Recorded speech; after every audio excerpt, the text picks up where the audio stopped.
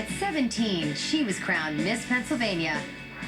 At 37, she was nominated for an Oscar.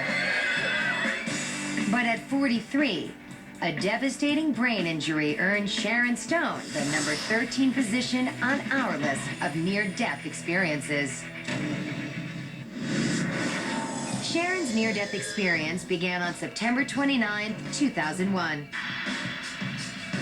She was sitting on the couch in her San Francisco home when Sharon suddenly felt a sharp pain in her head.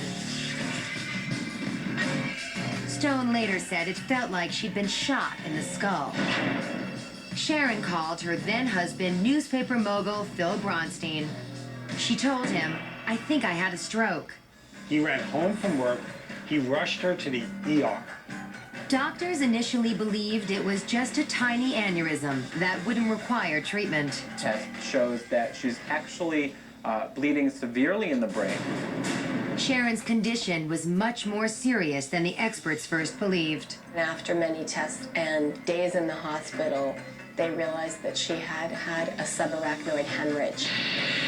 The problem with a subarachnoid hemorrhage is it raises the pressure inside the head instantaneously so high that that pressure alone can cause so much brain damage that the people lose consciousness and then ultimately die. The blood was coming from a torn artery at the base of Sharon's skull. The cause of such cerebral aneurysms, like Sharon's, is not known. 50% of people with aneurysmal bleed don't even make it to the hospital. And 50% of those who make it to the hospital die before they're even cared for. Surgeons had to act fast. In a special procedure, they inserted a coil through an artery in Stone's groin to block the flow of blood in her brain. Not knowing what was happening and knowing that she was continuing to have this haze of blood on her brain, it was really scary. It was awful. In a later interview, Sharon revealed she had an out-of-body experience during the surgery. Stone says she floated in a bright light and saw the faces of loved ones.